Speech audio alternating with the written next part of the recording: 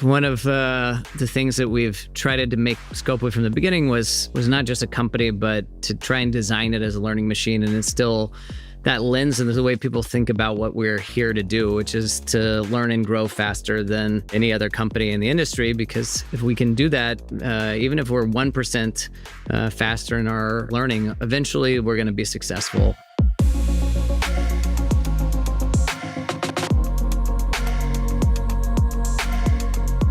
Welcome to Game Theory, How Play is Changing Everything, a new video podcast series by Lightspeed and Goldman Sachs in partnership with McKinsey, where we sit down with some of the greatest executives across gaming and interactive media to speak about the companies that are defining this industry that we love so much, the leaders who shape them, and how play has really been a driver of consumer behavior and tech innovation over decades. I'm your co-host, Moritz Baier-Lentz. And I'm your co-host, Hemal Thaker. And today we're joined by Walter Driver, co-founder and co-CEO of Scopely. Walter, thank you so much for coming. Thanks for having me. You said one thing that really stuck with me. You said, building games itself is a game. Elaborate on that.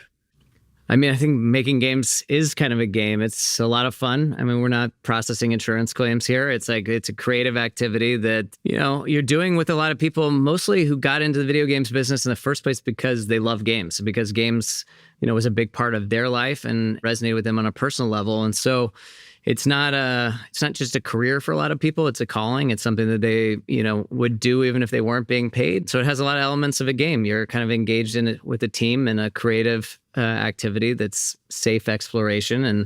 And then you try and ship something, and then you get a lot of feedback from your users and try and incorporate that feedback and see if you can improve it over time and get better at this game the more you do it. And so I think it has all the same attributes as the games that we build. When people think about Scopely, they think about this science of engagement that you really mastered. It's really common in the mobile game industry, this fight for attention, very analytical, but it still has this very creative, artistic element. It feels like you're wearing two hats at the same time. Are you playful at work? Do your employees think of Walter as a player, or are you more serious? I'm not sure that playful is the first word that people would use if you asked, what I'm like at work. Intense and focused would probably get mentioned more often, but I think there's maybe a misconception that play is always, something that's silly or lighthearted. If you kind of study the history of play, a lot of play is about being fully engrossed in an activity. And you watch any professional athlete, they're playing a game, but they're also, very focused, and they're enjoying that level of focus and flow. And that's how I feel most of the time at work. But occasionally, I have a little bit of fun. And you also, talk to us about Scopely being a learning machine. What do you mean with that? Like what culture have you instilled in this company over the many, many years of being at the helm? One of the things that we've tried to make Scopely from the beginning was not just a company, but to try and design it as a learning machine and instill that lens into the way people think about what we're here to do, which is to learn and grow faster than any other company in the industry. Because if we can do that, even if we're 1% faster in our learning, eventually we're going to be successful. And so it's both a business strategy, but it's also aligned, I think, authentically with why we're here. I mean, I like doing this because I want to challenge myself and learn and grow. I frequently say at Scopely, it's not about what you get at the end of this process, it's about who you become in the process. And for me, that transformation is all about learning and growth. And to create, a company that's more of a learning machine, you have to really be comfortable operating at the frontiers of your current capabilities. To learn new things, you have to be brushing up against, what you're currently capable of. And that creates an environment where people are struggling a lot more often than if they're doing neat and tidy things that they already know how to do that ultimately aren't very exciting. But if you can make people feel comfortable really pushing themselves into, places they haven't been before, I think people get way more engaged, are more inspired, and more ambitious and creative people want to be part of an organization that's trying to learn as fast as possible. And I think that's why a lot of us are still playing this game, is because of how much we're learning.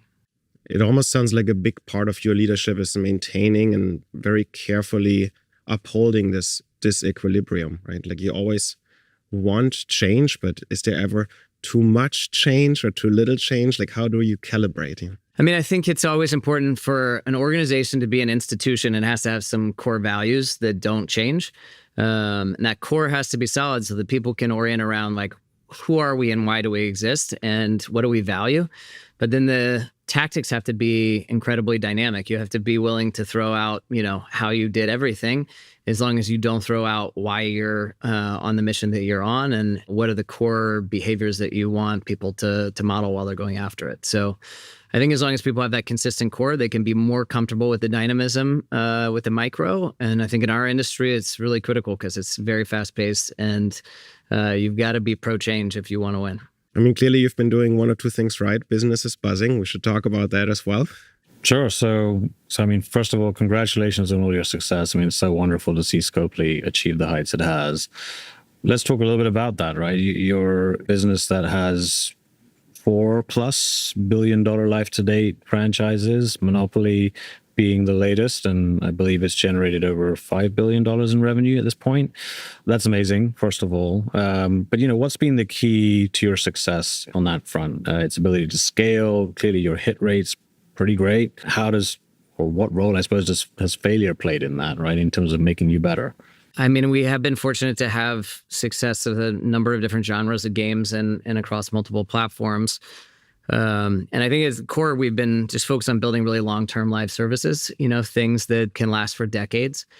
And if that's what you're trying to do is create things that people might want to play every day for 5 to 10 years, it helps focus a lot of your attention on where you want to invest in the player experience. In an industry where there's always new content coming out for people to consume, I think the only reason to engage with the same product for many years at a time is because it's getting better the more you play it. That's not really about novelty. That's about depth and having something that is, becoming a more psychologically significant experience the farther you go into it. And so, we've tried to create experiences where people have an identity inside of a world where it reflects the choices that they made and their taste over time. And maybe that identity, reflects something about their personality or some dimension of them that they feel maybe isn't seen as much in the physical world as it might be in this game. And in the process of playing this game and creating this identity of forming relationships with other people in the community that they would never know otherwise. And it's really that network of relationships that's facilitated by gameplay that makes this more interesting after 5 years than it was at the beginning. And so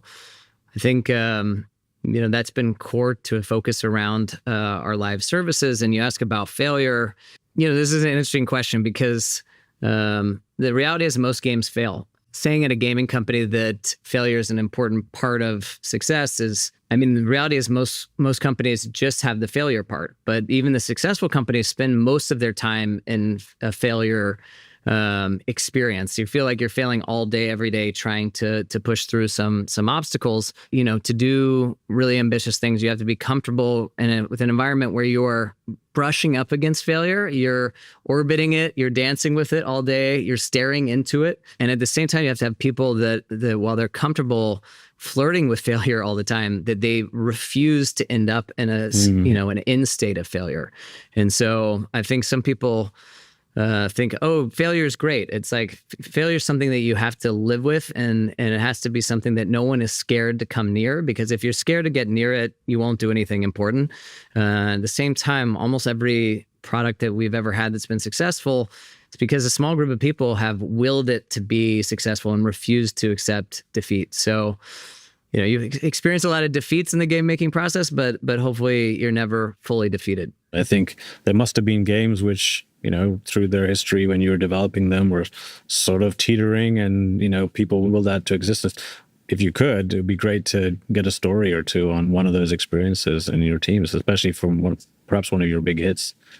Yeah, well, we've certainly had a number of those experiences. None of our games has been smooth sailing in development all the way through.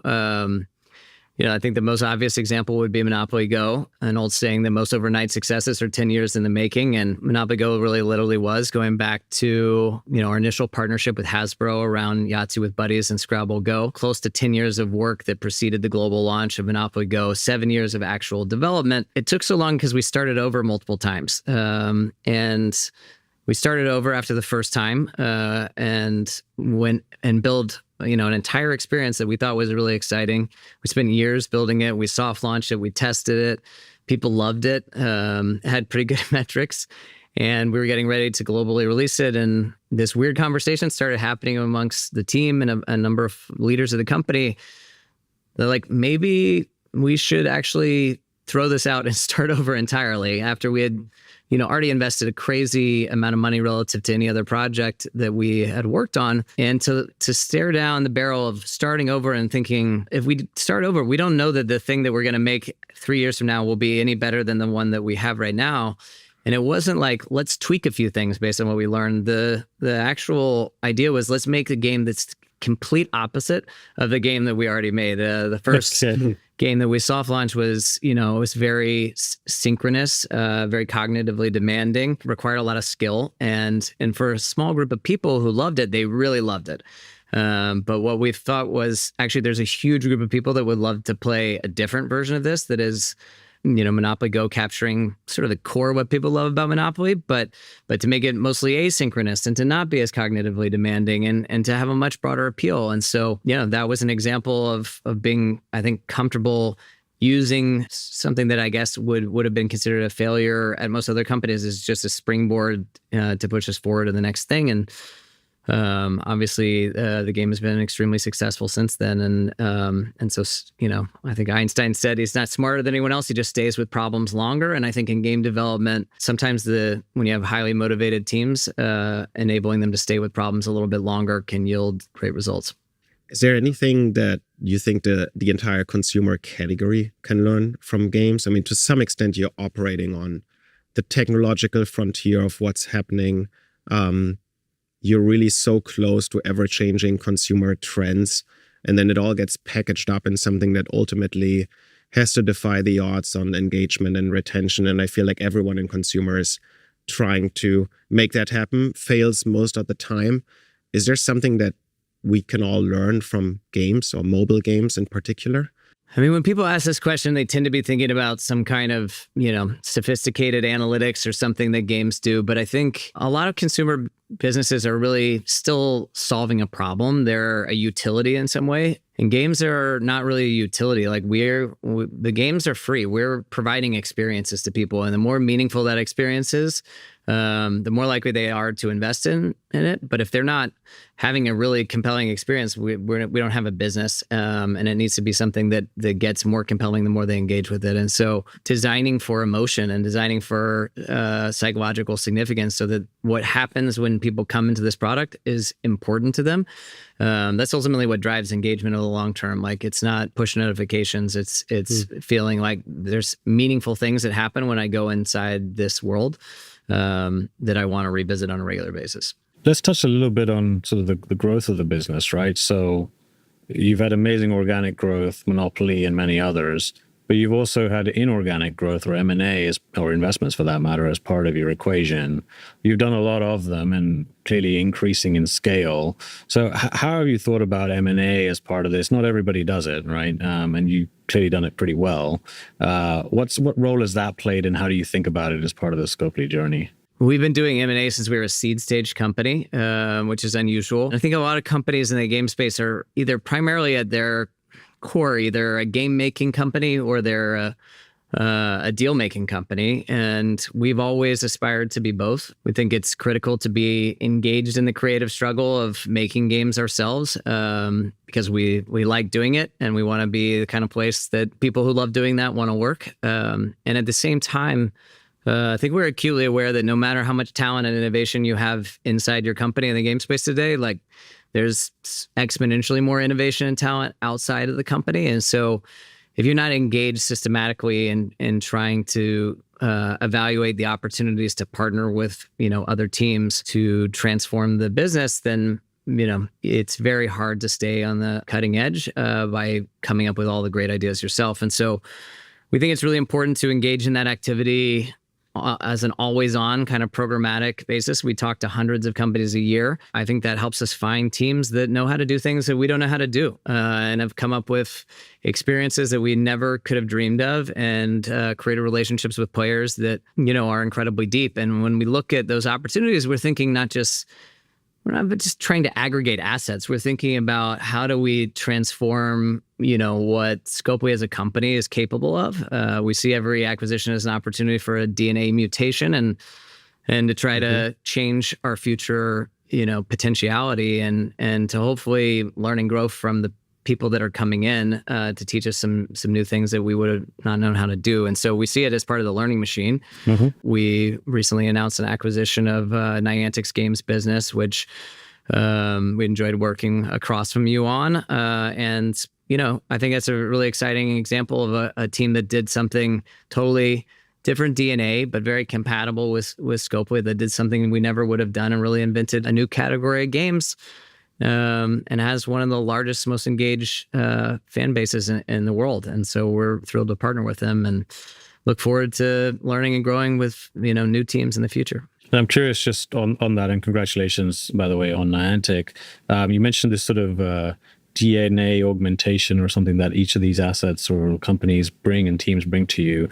Out of curiosity, the latest one, right? What do you think the combination of Niantic and Scopely could bring to players and folks all around the world? Combining the physical world with the digital world in unprecedented ways, it's just really unique that they have a companion app like Campfire, where they have, millions of times a month, people are organizing meetups in their community to meet up with other players and go on raids. And the large scale events are really wild. Like, they sold over 4 million tickets to in-person events last year. So, which I'm not sure everyone is aware, but it's like they sold more tickets to these events than every major music festival in the world combined. There are just very few games, period, that motivate people to get on a plane and fly to a different continent and get together en masse to play together. And it's super exciting to be involved and an experience that arouses that kind of passion. And there's a lot of stuff that we can learn from that, and hopefully, give them additional resources, support to continue to grow what they're already doing that's working. We've come to know you initially as a very savvy businessman. But the more we have this conversation, I feel like your artistic side is coming through. And it seems like you live in both worlds. You started in English literature at Brown, not a typical launchpad for someone like you, if I may say. To what extent is creative writing or good writing still core to what you do? Is it helpful in leading teams? Is it helpful in getting negotiations done? Is it helpful in curating player experiences? How do you still connect with that? Yeah, you're right. I did study creative writing at Brown and English literature, and it, on the surface didn't seem like it would help you a lot in making video games or, leading a large organization. But it turns out, I think that I am a creative person, but I am also like a deeply analytical one, and I love that balance. And I think the games industry uniquely enables you to be creative and analytical at the same time, because there's so much data, but there's also a lot of stuff that is just, there needs to be some soul in these products, or they're not going to be beloved by large audiences. And yeah, I think storytelling is probably maybe arguably the only skill I have. It was the one that helped create the company in the first place. Because if you're founding a business, nothing exists when you start, right? You're just sitting there in a conference room and you have to create an army of believers, like one believer at a time. So you have to be able to paint a picture of a future state that other people can start to understand and rally around and contribute to and evolve, that is compelling enough for them to quit, great jobs and maybe move across the country or to a foreign country, for investors to feel like they're going to regret it for the rest of their life if they don't invest in, another games business when they've already looked at hundreds of them. So I think the ability to tell effective stories is, the foundation for being able to collaborate with other people around a shared vision. Because it's not always my story. It's a story about what we're doing together that everyone can contribute to. But if you're not good at sharing that story, then you don't create a common context that everyone can get behind and hopefully contribute to. And if we did our research right, your first foray into the media industry was actually into screenwriting, right? So you started with linear form of entertainment. And where was this switch for you where you said, I want to do interactive stuff? Yeah, well, I wrote a movie my senior year of college, and then I came to Los Angeles to kind of see, it got optioned by a production company, and I could see if I could get it made. And I was in the process of trying to get it made. And, I think there was one day where I went to a meeting and we were talking about how we were going to evolve the script. And, a really exciting vision for Act 3 and with some creative executives. And I came home and I was like, oh, now I have to sit here and write this thing. And I was like, my favorite part of this experience was being in the room, brainstorming and talking to people about it. And so I think it was kind of a two-part process of realizing, like, what do you enjoy doing personally? And then, what's exciting from a business perspective. And personally, I like things that are, interactive and where I can learn really fast and where I can work as part of a team. Working in the game space enabled me to be part of great teams and to get feedback really quickly and to eliminate the barriers to trying things. So the film business takes a long time. And there's no data. You have no idea if you are fortunate enough to make a great movie. You don't know which scene or characters were people really responding to in real time. How are they using it? And there's no role for the audience to shape what it becomes. And so, yeah, I thought, hey, if I could be creative with software, not only is that going to be more interesting and compelling for me, but I think it's a lot more interesting to the consumer to have an identity inside of that world and be able to shape it and use it in a way that is a unique snowflake experience and no one else can use it the same way. And it also felt like, interactive entertainment was going to be by far the biggest, fastest growing segment of entertainment. And so it was going to be a place where if we invested a lot of time and energy, it would be, there'd be a lot of opportunity there if we did it well. Yeah, I think you can give yourself a little bit more visionary credit because when you started Scopely, which is now 15 years ago or so, it was not the largest media category, right? That flipped at some point. I mean, Hemal and I were at Goldman in 2016. We looked at each other and it was already a $160 billion industry and 27 years of continued growth. And we thought it was crazy that there wasn't any gaming practice at the investment banks, at the consulting firms. So kudos to you. And in entertainment, it's like the software wasn't just the delivery mechanism anymore. It's like the whole thing is software. And that fundamentally, I think, enabled people to have more agency and authorship over their experience. And then it has more meaning. And if you kind of look at the history of media, the trend is about giving people more agency, more authorship, more ownership of that experience. Giving them more choice and participation in that seemed like it was inevitably, the direction things were headed in. And so we thought if there were a lot of talk about direct to consumer experiences, and we were like, we think directed by consumer experiences are going to be much bigger and more important than direct to consumer experiences. And so far, I think there's a lot of evidence to support that. Very savvy decision. So let's talk about savvy. So look, 2023, you had your own moment, right? Just like Niantic did recently in evolution of the company and joining forces. So curious, as you were an independent company, you still are, but you're part of this broader entity. What drew you to that? What did you see in that? What did you hope to gain? And where do you see, the real benefits that have come from partnering with an institution like Savvy? And what do you hope to achieve with them? When we were considering this partnership with Savvy, I didn't want to do anything where I wasn't more excited about the future, where I didn't believe that we had greater potential moving forward than we did currently. And this is one of the few situations I could look at and I was like, the next 10 years might be more exciting than the last 10 years. I think there were a few elements that were really important. And one, we really liked what we were doing already. We loved who we were working with. We loved the culture that we built, loved the mission that we were on, and we wanted to keep doing it for a long time. This was a situation where it's like, we can keep doing what we're doing, but maybe bigger, better, and continue to evolve it.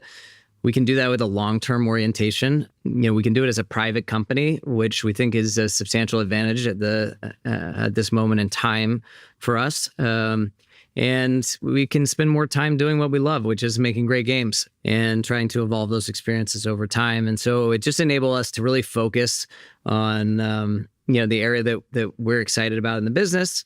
And then also, to think bigger about the kinds of partnerships and acquisitions that we've been doing for a long time, but maybe have access to more capital to do larger deals. And so the Niantic acquisition, is a deal that, at $3.5 billion probably wouldn't have been possible prior to this partnership. And what we found in the process of talking to a lot of other companies was the same value proposition that was appealing to us of, keep working with the people you love, participate in the upside of what you create and, do it with a long-term orientation. The private markets, that's most of the best game teams in the world, also want that value proposition. And so we think it's a compelling offering to other teams. Yeah, we're going to continue to look for, transformational partnerships. And for us, the Savvy one has been a transformational partnership. It's been a great experience and really enabled us to go after some exciting long-term objectives.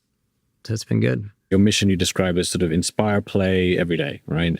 I'm curious sort of where that started from for you as a founder and the group that you developed around that, how that's evolved through your journey over the last 15 plus years, and how, you kind of keep people centered around that as a much larger organization now with thousands of people. What learnings have come across from that, and where do you see it going? One of the first goals that we had as a company, maybe the first goal that we had as a company, was, for everyone who came to Scopely, I wanted this to be the best experience of their professional life.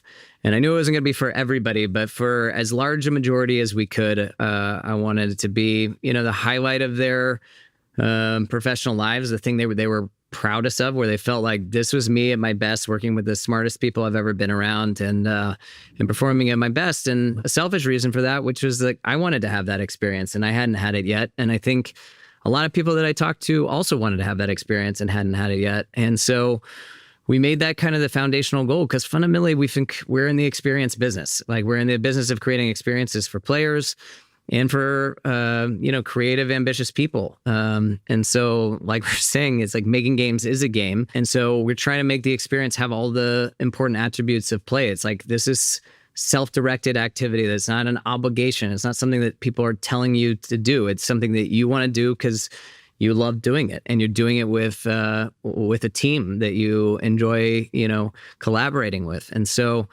I think that goal has served us really well. If a large group of people are having the best experience of their professional life, we're going to be a magnet for talented people. It heavily influences how you behave inside the company, right? It changes how people think about, what decisions that we make. If this is our primary goal, what you prioritize is a little bit different. It's a collective commitment, which is an interesting aspect, because if Moritz and I are having a terrible experience and you're trying to have a great one, it's contagious. It's going to impact your experience. If we're phoning it in, or you're having interactions with us that are demoralizing for you. Come on.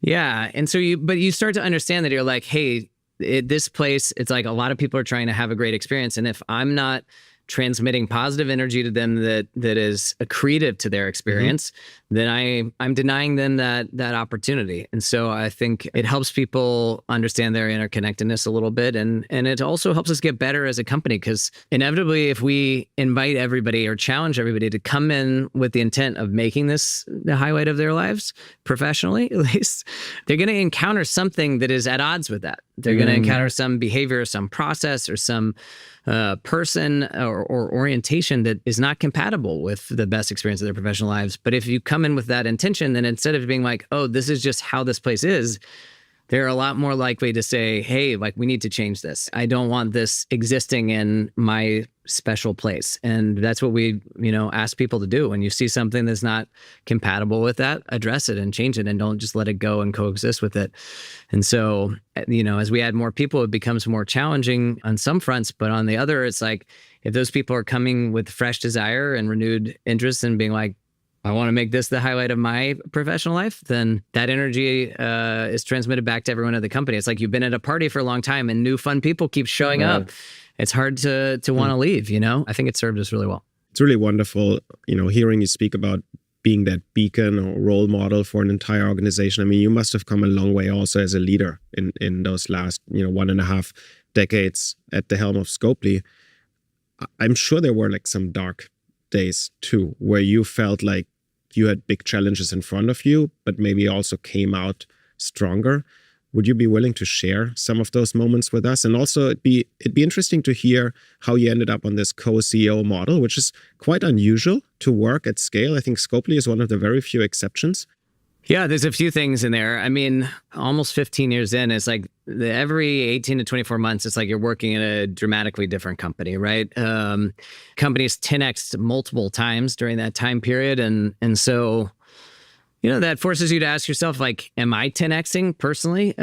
Because it's really hard for an organization to grow and evolve faster than the mindset of its leaders. It really is. And when you start thinking, wow, like maybe my blind spots, my insecurities, my limiting beliefs, like, my pathologies are the rate limiting variable of this entire company, or at least one of the contributors to like where the limits of what we will achieve are. It gives you a lot of motivation to try and do some real introspection about how you can evolve and to really listen to the feedback you're getting from the interactions with other people, but also your results, in the market, and to change as much as possible, as quickly as possible. And one of those elements is to be like very aware. And I think self-awareness is maybe the most important skill for leaders, because there are going to be things that are, you have superpowers. And then you have things that you're pretty good at and things that you're average at and things that you're well below average at. And if you can be clear on the things that you do really well, and you can put yourself in a position where the key vectors of success for you are super aligned with the things you do really well, and other people, as often as possible, senior people can be doing exactly what their superpowers are. It's really, really powerful. And the co-CEO thing really came from that. I mean, in the early days of Scopely, I was voraciously trying to meet highly capable leaders in the games industry because I knew I couldn't build what I wanted to build alone. And we had great people at the company already, but we needed more help. And I got introduced to Javier Ferreira, and it's been about a year trying to convince him to come to Scopely. And we sort of have been leading the company together for over a decade. And it works really well because both of us have been able to do the things that we really like doing, that we feel we're, exceptional at. And it enables you to spend less time on some of the areas where, yes, you could get better at them over time, but you're never going to be one of the best people in the world at it. And that gives you more energy, spending more time on the things that you do well. There's a lot of value in this partnership because they're handling all these things that I don't want to do or that I'm not as good at. And you really respect, their capabilities. And we try to set up that way where a lot of people, I think in the leadership team at Scopely, are more organized by their superpowers than like a traditional functional or executive scope. And we've changed people's responsibilities many times over the years, or they've elected to change them themselves, not because they wanted like a bigger title or a larger portfolio of responsibilities, but because they're like, I think I can maybe make a better impact here. I can be more successful here. I think the fact that we've sort of modeled that with the co-CEO thing of like, we'll just do whatever works best, inspired other people to do that. And then, everyone across the company sees other leaders kind of organizing themselves similarly. And I think it's been really, really helpful to not be like, I'm the CEO. I need to know how to do everything. I have to do everything because it's a massive job. And you're going to be feeling like you're failing at some aspect of it pretty much all the time. Starting a new company, it's like the dark days are not like, oh, there was a time that there was a dark day. It's like you're in a tunnel. Every day is really dark. And if you're in that tunnel with partners, then whenever your energy is low or you're starting to feel like, oh man, I don't see the right way to play this next set of challenges that we're facing, you have somebody else who might have a clear read on that or be able to give you some energy to keep moving forward. And it's just a lot more fun to share this road with other people than to try and do everything by yourself. We both have a good tendency of getting really excited about things that we might be able to will into existence in the future. And having a partner there is also there to check you a little bit around like, that could be awesome, but are we staying disciplined and focused enough?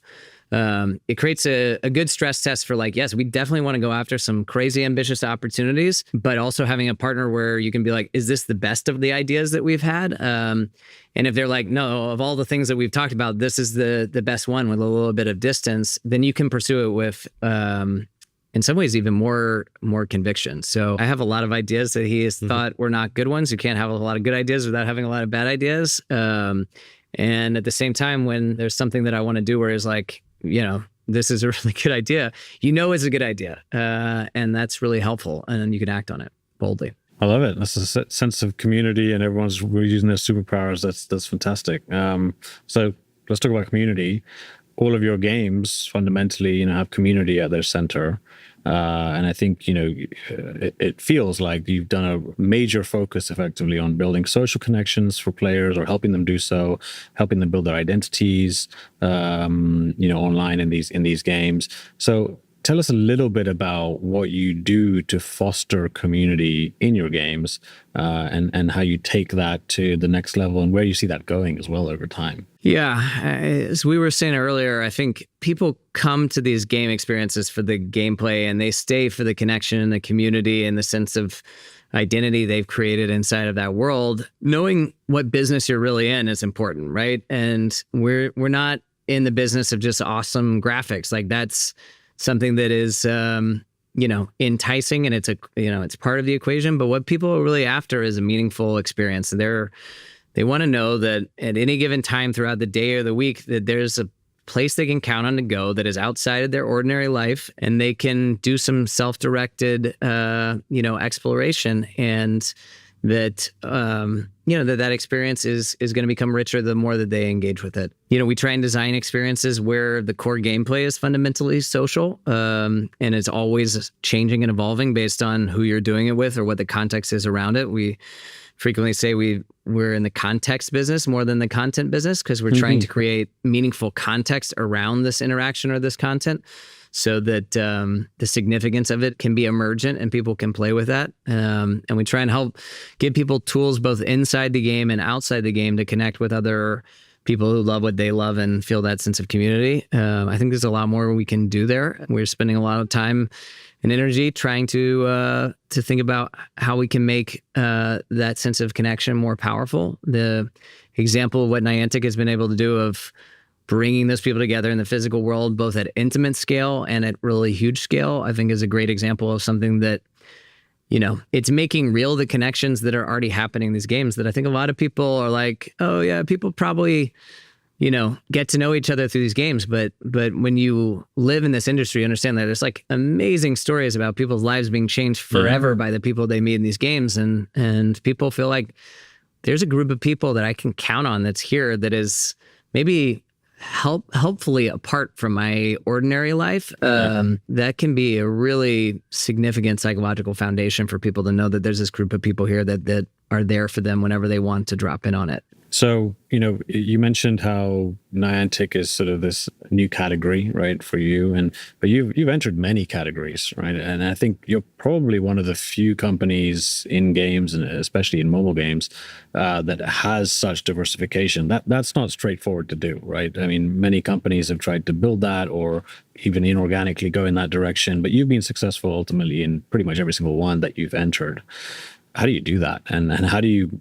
I imagine the teams are quite different. The ethos is quite different in some of these genres. The priorities and the mechanics are quite different. How do you keep that together, make that work? Wanting to do it is creatively for the challenge, because it would be awesome if we could make, an MMO for the first time is, sure. I think, that intention sort of precedes the reality. And then being, I think crazy enough to think that you can do it and believe that you can be successful, and humble enough to know that if you pursue it as is, you will fail. And so realizing that there's going to need to be some transformations that occur to be successful. I think we, whenever we think something would be awesome to do, and we spend a lot of time thinking like, how would we actually be successful doing it?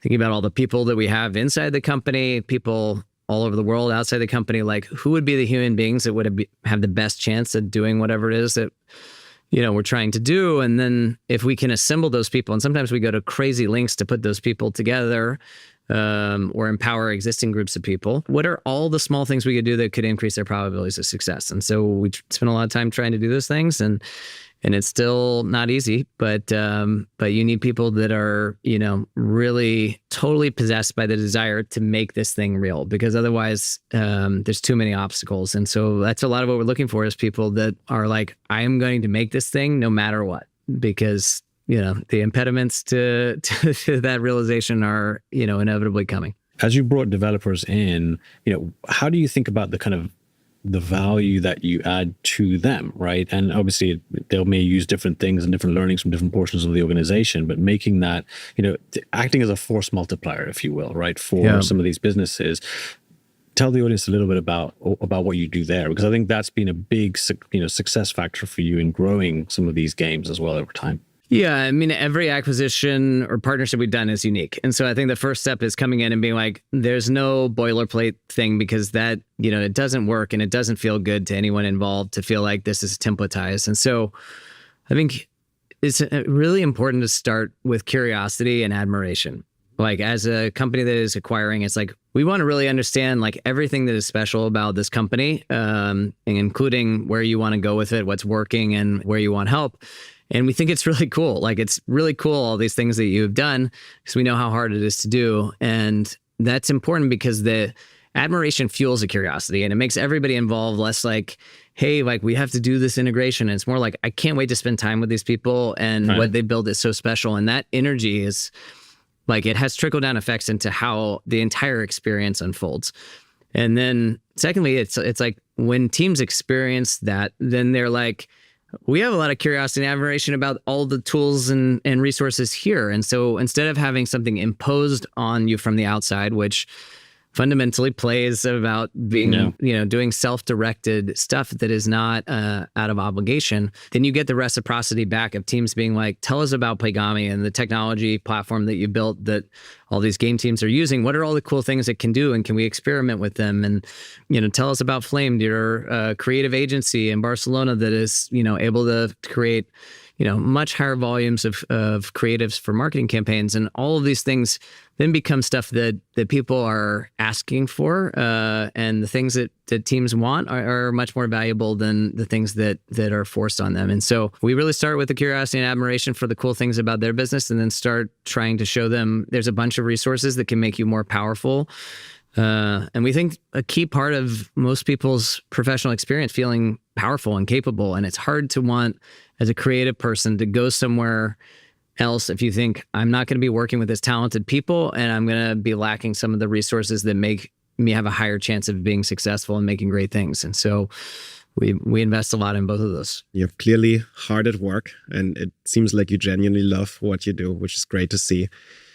I hope you don't work all weekends. There must be some where you also want to unwind. Do you play games? You just hang out with your family? What are some things you enjoy on a Saturday or Sunday and it isn't too crazy? Yeah, I mean, it is important, I think, when you're doing this for 15 years, to not work every day. Even work that feels like play, you've got to change the channel a little bit and get a little space. Fortunately, I have 3 small children, and they really, there's no escaping, that reality. And it's super fun because, when you talk about play, it's like, it really does come into focus when you're around like 3 kids under 5, that you leave them in an empty room for 5 minutes with a few other kids.